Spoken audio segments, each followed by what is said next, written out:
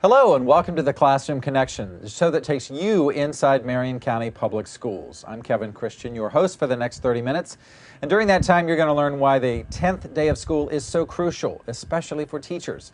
Then you'll discover how TV production impacts the lives of hundreds of local students and meet one lady who knows her way around Marion County thanks to the bus she drives to work every day. Up first, though, the budget. It's a topic that's been in the headlines for months now, and now it's approved by the school board for another year. But that approval was no easy task.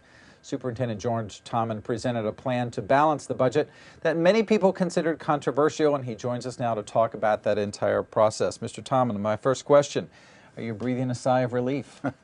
Somewhat of a sigh of relief. Our board worked very hard. Our administrative staff worked very hard to prepare a budget. We had diminished resources this year, and we still think that we've created a budget that will provide good services for all of our students. Where do we stand now compared to 5 months ago where you announced 261 layoffs? We announced those layoffs, of course, if you think back, to make room for persons that we displaced from their original positions. We created a new staffing plan that had much less support from the district level for our schools, and in order to make room for those people in the classrooms, we laid off about 160 first-year teachers. Since that time, we have placed all of our district support persons that are now in the classrooms, and we have recalled over 100 of those teachers that were essentially laid off in that time. In the non-instructional arena also, we did announce layoffs for a lot of those people, approximately 75, and we have recalled almost all of those positions also. We did that through natural attrition that happens over the summer months, but we had to make a move in May to make room for those people. Fewer teachers, fewer support personnel, fewer resources. At what point does it begin to really take effect on us as a district? Well, I think it already is taking effect. We see it in teachers. We hear that teachers have higher class loads. We know that elementary teachers, for instance, are taking their kids out to PE as opposed to having PE teachers. Elementary teachers are teaching their kids art and sometimes music because they don't have as many resources. But we have an absolutely fantastic, great workforce. And those teachers are buckling down. They're working extremely hard. They're adjusting to the new challenges and are doing quite well. How does this budget impact class size? It's a big term right now. Our class size, we will probably not, well, almost definitely not meet class size this year. We'll know more in October. But our class sizes are somewhat larger than they were in the past. We do not have classes in our basic academic courses of 35 and 40 like some people feared. We do have 3 and 4 and 5 extra students in some of our basic classes, and that will continue. But again, our teachers are doing an absolutely great job as far as working with those large sizes. What do you say to those people who say, well, gee, when I was in school, we had 30, 35 kids in a class? I mean, a teacher did fine then. Well, I did have 35 in a class when I was first teaching, and I was in a classroom of 35. We do ask a lot more of our teachers these days. We ask a lot more of our students these days. We're certainly in an age of accountability, which is great, and we accept accountability. And when asking that we do a lot more, I think our kids are delivering more. I think our teachers are delivering more. So yes, larger class sizes does impact that. The future of art, music, PE? We continue to have art, music, PE, and media services in all of our schools. It looks a little different this year. Right. It is not quite as much. There's not the volume that we had before. But that does not mean that if a teacher in elementary school does not have the opportunity to go to an art class once a week, that does not mean they cannot do art in their own. And they certainly can, and many are doing that. It looks a little different. It feels a little different, and certainly we have a great respect for those mediums. Art and music are wonderful things. Certainly PE for physical fitness are great things. The media, which is the hub of the school and supports all other disciplines, is hugely important. We continue to have those programs. They just look a little different. Yeah. I know you also bumped supplements back up, or you kept them at 100%. There was talk about cutting those, but that didn't happen. One of our proposals to save approximately $500,000 was to reduce the supplements of those who were paid supplements departments, ranging from program specialists to support teachers to athletic coaches. And athletic coaches seem to get the most attention. But we did go ahead and recommend 100% funding for those, and that we're able to do that. And I know those coaches and teachers and those in those support roles are pleased with that. Those programs offer wonderful and vital things for our kids, and so we thought that was appropriate to do that. Raises, dirty word for some people. It's not a dirty word. From the very beginning, we know that our school system received approximately $13 million more in state funding this past year, and $7 million of that, or just under $7 million, was designated by the legislature at the governor's suggestion that must go to teacher raises. And the legislature even identified all of the categories, ranges from teachers, classroom teachers, guidance counselors, support personnel, media specialists, and even names assistant principals and principals in that arena. And all of those people will be getting a modest raise of some sort. Not many districts in the state of Florida have met that requirement yet. They haven't settled on their contracts, but we are deep into contract negotiations with our local unions now to help do that. I know the number that was tossed around was $2,500. Is that still accurate? Actually, we did not receive $2,500 times the number of persons that would meet that category. So it's going to be a little less than that, and but it will be substantial. And our teachers work very hard, and they haven't gotten substantial raises in the recent past. And while you're talking about raises, we also have set aside in our budget some modest amount of money for those who are represented by our MESP union, our IUPAT union, and those persons who are not represented by a union at all. A lot of people don't realize the importance of offering even a minimal raise. Share with us why it's so important for us as the largest employer in Marion County to be able to offer our employees something. Well, those dollars come right back into our community. They help our community without a doubt. Certainly, if you work hard, you should be rewarded for working hard, and I think our employees do that. And so our attempt is to reward those employees. And those dollars stay right here in Marion County. They're spent on local businesses, which contributes to our local economy.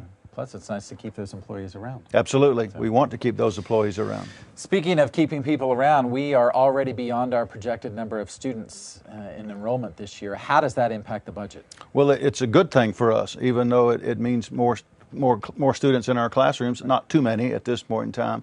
But our whole funding scheme is based upon the fact of how many students we have in our classes on given dates. There are two different measurement periods, one in October and one in February.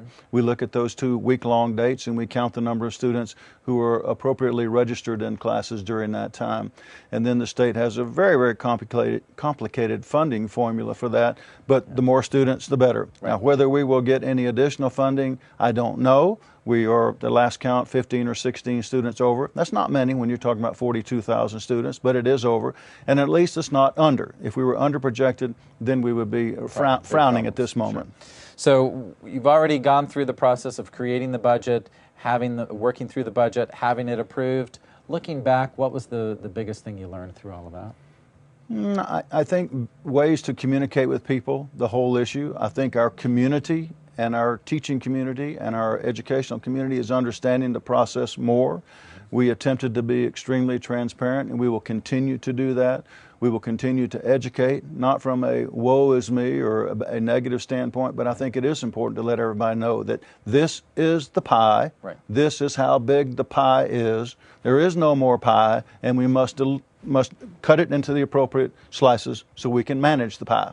What about next year? Anything looking better? We've already started working on the budget for next year. Believe it or not, our finance department is already looking into that. Of course, the state is having some very positive projections for next year.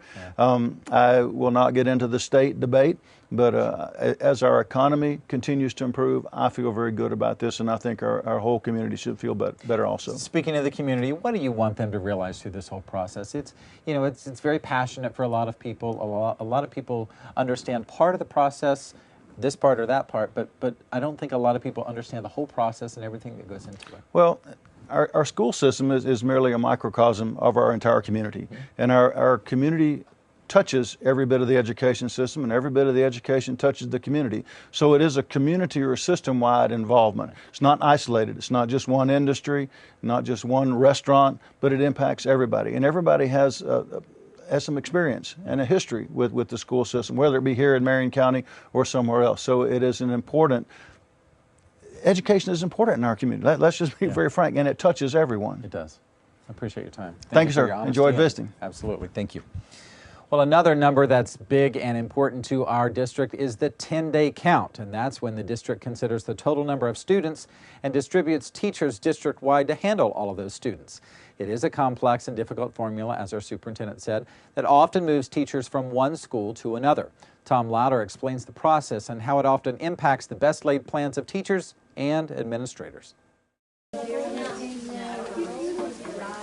The 10-day count is our version of a census.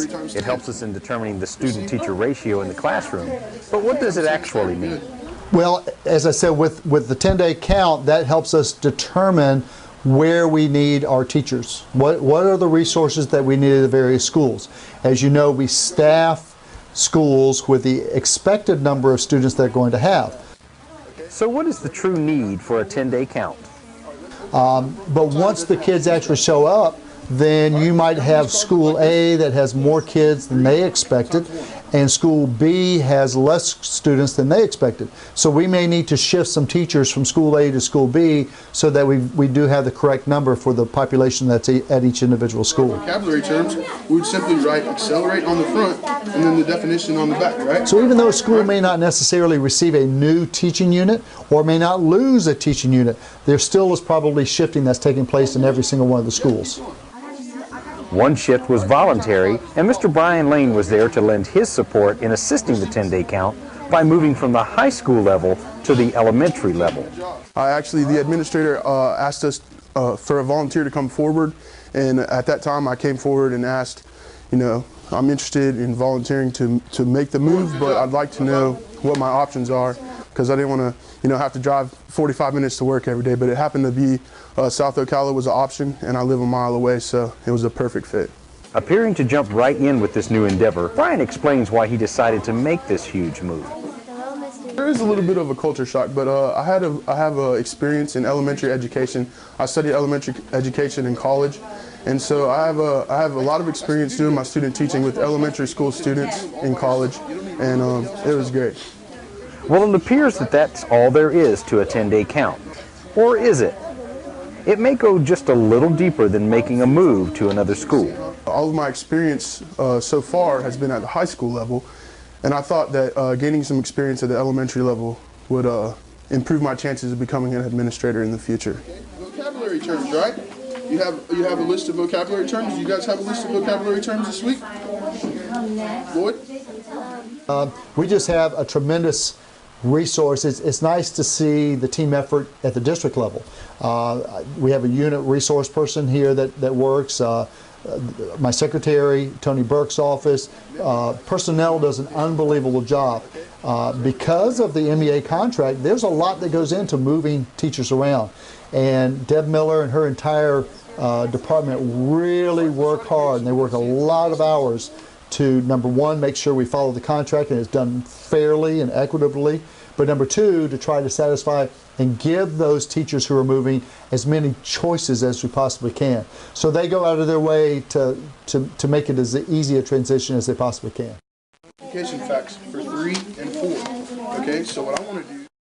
The next big student count is this month, and it determines state funding. Marion County has 3 public schools named for individual people, and they're all elementary schools: Dr. N.H. Jones, Ward Highlands, and Hammett Bowen Jr. School board policy requires a person to be deceased at least 10 years before any school can be named in their honor. But that could change based on an upcoming school board vote. Once again, here's Tom Louder to explain the situation. When naming buildings, what must we keep in mind in doing so? Heroes, loved ones, regular Joes? Well, one school board member answers some of the questions that are on the minds of everyone concerning the school board's policy on naming buildings in the school system.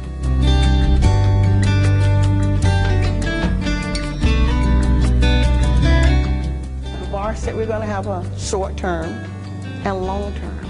And when it's a short term, meaning that the duration to have your name on a building will be based on the donation that you provide to our K-12 unit, and the long term will be in the millions, where you're providing us with something so sustainable, substantial, that we can say yes, 25 years, and I'm just throwing out numbers, you know.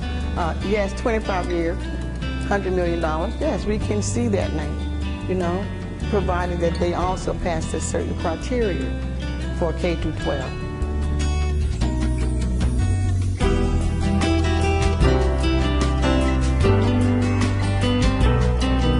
We're dealing with public education, K through 12, and there are some moral standards that we would not be able to cross, you know.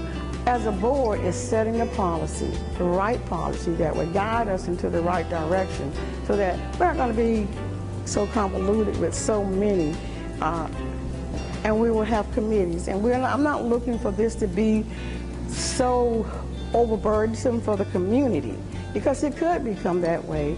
And that's why we're working now currently on the policy. We decided to just do a step further to develop a committee with me to work on this policy so that we can have more feedback from the community.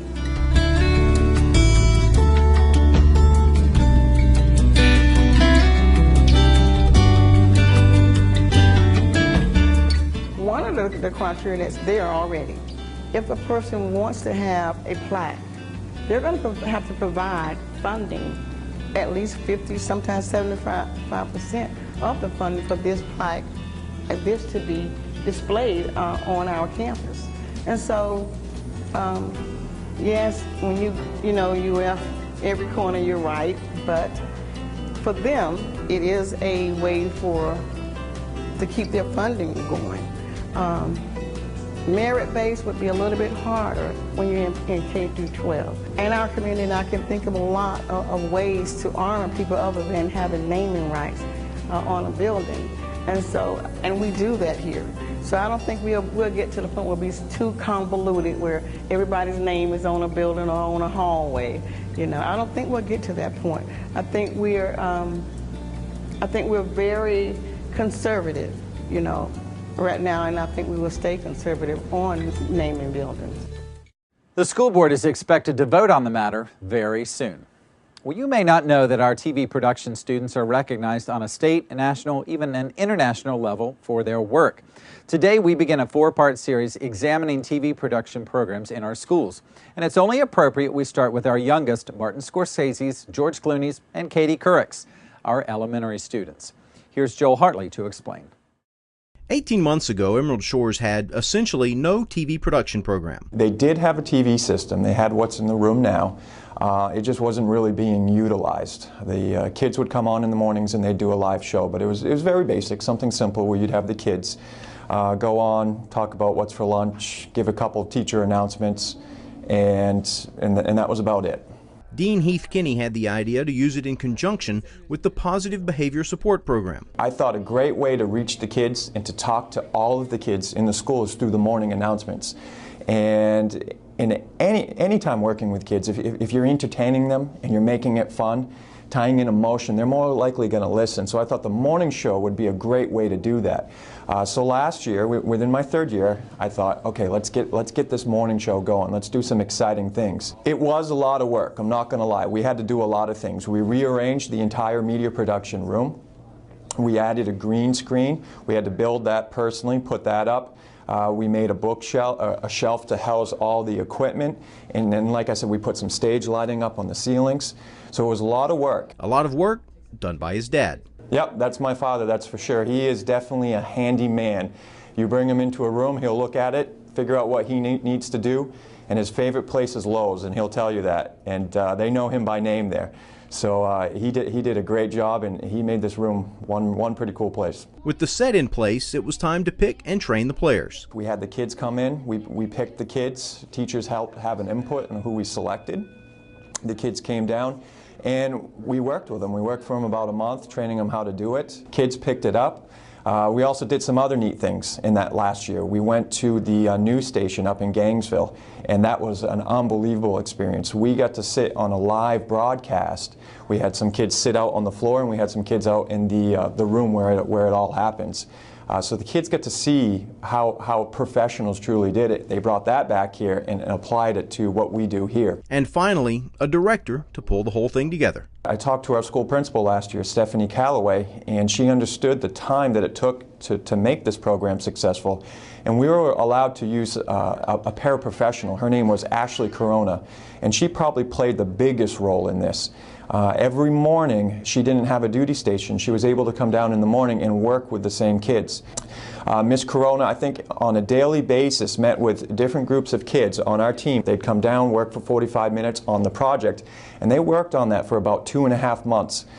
When you watch it, it's 7 minutes long, and it looks like we breezed through it, but they worked on it for 7.5 months, those kids.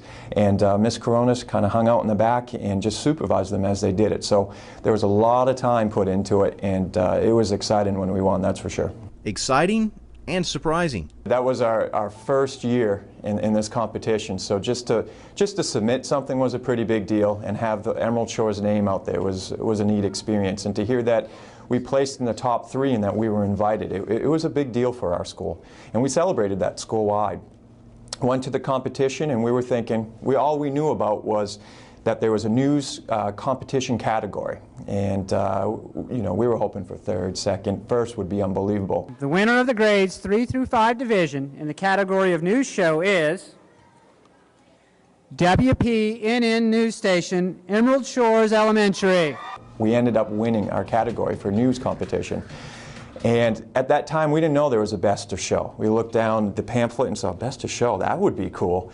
We got to the best of the show at the end, and we won it. WPNN News Station, Emerald Shores Elementary. What an amazing feeling, just to see those kids smiling and how happy they were, and to see them walk up on the stage. It was all worth the hard work. Callaway, Corona, and Kinney are all at different schools now, so it's up to new administrators, but mostly the students, to carry on. Well, we have 2 challenges that we're currently trying to overcome. The first one is scheduling. The second one is relearning all of the material and the programs that are available to us to use. Right now we have some talent here. We have someone that was on the show last year. The students came in and did an excellent job picking up what they were taught after last year. There's a handful of kids that we taught for about a month at the end of the school year last year. They called them back in this year, and they're teaching the adults, which is a good feeling. They picked up all of that. Within 4 weeks of school, they're coming in, they're excited, and they want to do a good job. Just because it was such a great program here last year, all of the grade levels saw it, and we were hoping that this is something that can continue throughout the years and that kids would want to do. And you can see that. And with those kids, like you had mentioned, they're coming in, they know how to do it, and they're showing the adults how to do it. Kinney is now at Fort King Middle along with Tracy Chin, who ran an award-winning program at Harborview Elementary. So do not be surprised if Fort King Middle wins big at next year's Media Festival, long dominated by Denella Middle School, which is the focus of part 2 of our special series next month. So stay tuned for that. Returning to sports this month, 20 years ago, to comply with a new gender equity law, the Florida High School Athletic Association forced schools to switch to fast-pitch softball, essentially eliminating slow pitch. While fast pitch has grown across the state, the University of Florida has reached the World Series 5 times in 6 years with increasingly homegrown talent. So slow pitch never really went away. Joel Hartley explains.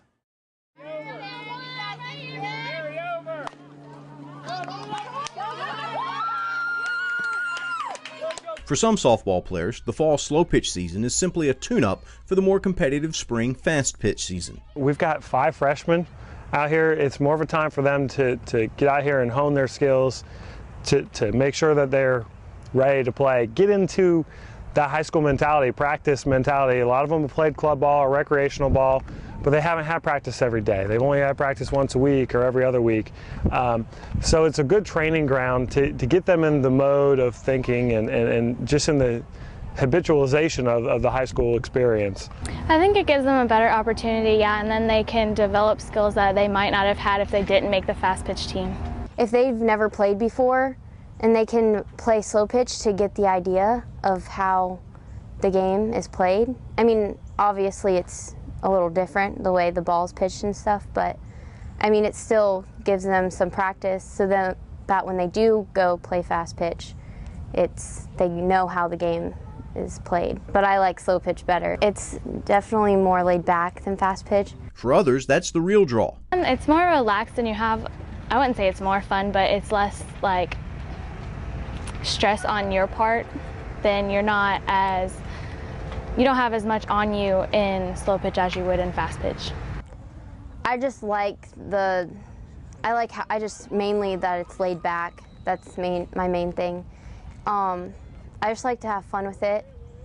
I've played softball since I was 10, so I like to have fun with it. It's not something that I want to go farther with after high school, like go into college with it. I just like to have fun.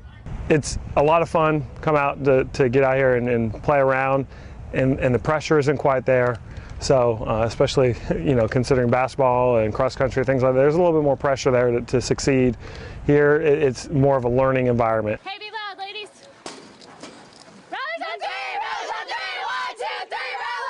But make no mistake, fast or slow, the girls still play to win. Yeah, especially during game times. Like practices are more relaxed than fast pitch, but games you're into it. It gets really competitive, to be honest with you. Sometimes we have sisters that are competing against each other. We have a girl that has a sister that's on Lake Weir's team. A lot of these girls play on travel teams together, so they know each other, and they all want to be competitive. They all want to beat each other and win. Me as a person, I'm pretty competitive in anything I do, so I get pretty intense and into it. But some of the girls, it's just, they're out here to have fun. But I mean, in reality, we're all competitive, so it gets pretty intense and you're always cheering on your teammates and you want to win. The biggest benefit to being on the slow pitch softball team is the same as in any sport. I think the selling point is to be involved. Be involved with your school. To have a team, to be part of a team is something special that I think a lot of people miss out on and miss out on that opportunity for one reason or another. Being on a team in general is fun. I mean, the girls eventually become your family no matter the age differences and just people differences. Y'all become a family and you have people that you know are going to be there to back you up. The number one selling pitch I would put out there is to experience that, get on that team and to experience being a part of the school more than just going there and 9 to 5 or whatever you want to say. The more sports you play, the more involved you're going to be in your school, the more apt you are to succeed, not only at the high school level, but in life, I think. Experience something bigger than yourself. Each month we feature someone who loves their job in our Employee Spotlight on the Classroom Connection. So this month we want you to meet Maxine Cunningham. Here's why she loves her job in her own words.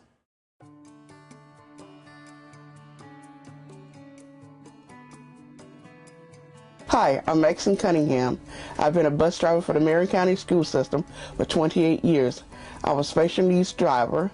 The reason why I love my job is to see the smiling faces on my kids, knowing that I help brighten their day, make their day go good, and it's a pleasure for them to see them the next day, and for them to see me and knowing that we have a special bond with each other, that we love each other. And like I said, you just be there for them. A lot of times the parents don't have time, so the bus driver have to take up really what the parents don't have the time, because they always tell us that we're the first ones that they see in the morning, the last ones they see before they go home.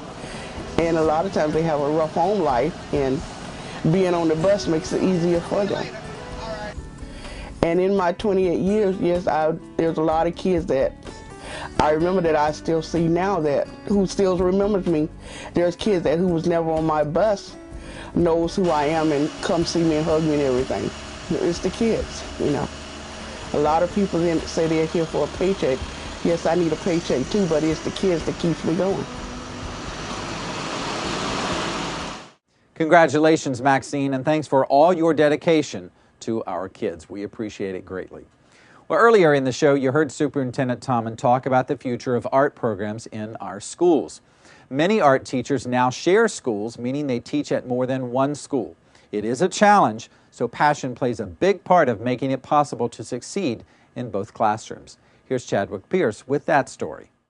And that's what real artists do. They plan out their work. Art class in Marion County is going to continue this year, but it is going to be structured a little bit differently. As a result of the budget, and we know that budget cuts are not just in art and music, it's really being felt countywide in many different areas.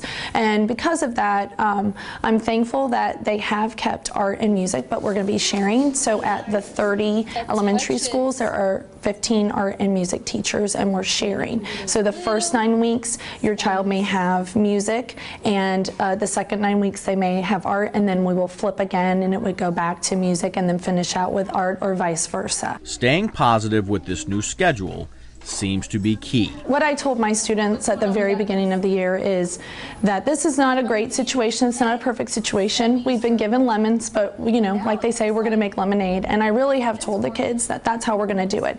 And so when I've been really excited about it, I think they feed off of how I am about it. And so I've really felt like I'm thankful that the county decided a way in which to still maintain the arts and music in the classroom. And I know that for myself, that I'm trying to make the most of every second and make them still have a love of art and understand the importance of art in their lives.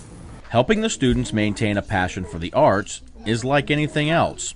It takes some planning. My goal has been to kind of, when I found out I was going to be sharing, this summer I kind of took the time and I laid out my year, and I looked at what things I could accomplish within 9 weeks for each one of my grade levels. And so my goal is that all projects would be finished by the first 9 weeks, so that essentially when I come back in January, I'm going to hit the ground running with a whole new set of projects for the kids.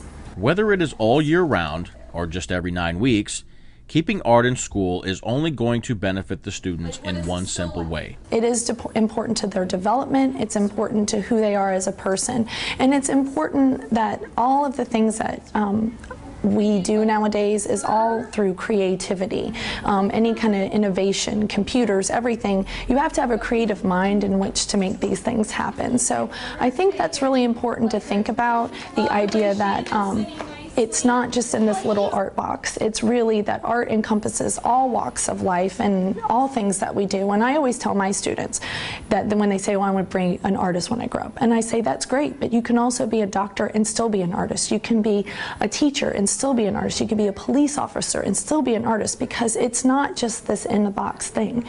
It is who you are as a person. You can still do many other things in life and still be a creative individual. You'll find the artwork of many teachers and students at FAFO, or Fine Arts for Ocala. That takes place in downtown Ocala the last weekend of this month. Thanks for joining us today on the Classroom Connection. We hope to see you again here real soon. Meantime, parents, remember, be there for your child every day.